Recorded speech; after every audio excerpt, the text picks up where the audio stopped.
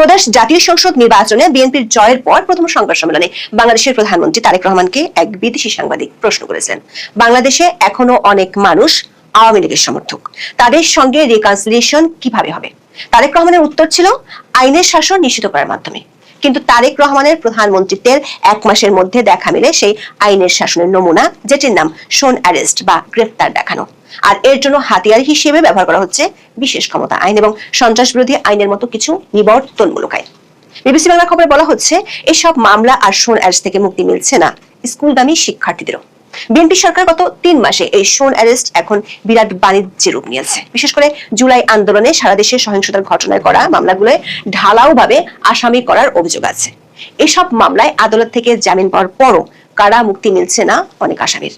জামিনের পর কারামুক্তির আগেই দেখানো হচ্ছে অন্য কোনো মামলায় শোন অ্যারেস্ট। এমন ঘটনা অহরহই ঘটছে। কাগজে কলমে জামিন মানে মুক্তি নিশ্চিত হলেও বাস্তবে কারাগারের দরজা খুলতে লাগছে 5 স্তরের অদৃশ্য পুলিশ ক্লিয়ারেন্স। জামিন, কারামুক্তি ও শোন অ্যারেস্ট ঘিরে প্রতিটি ধাপই আছে অনিয়ম ও বাণিজ্যের অভিযোগ। আওয়ামী লীগ কিংবা এর অঙ্গ সংগঠনগুলোর বড় নেতাদের ক্ষেত্রে সরকারি সিদ্ধান্তেই দেখানো হচ্ছে শোন অ্যারেস্ট।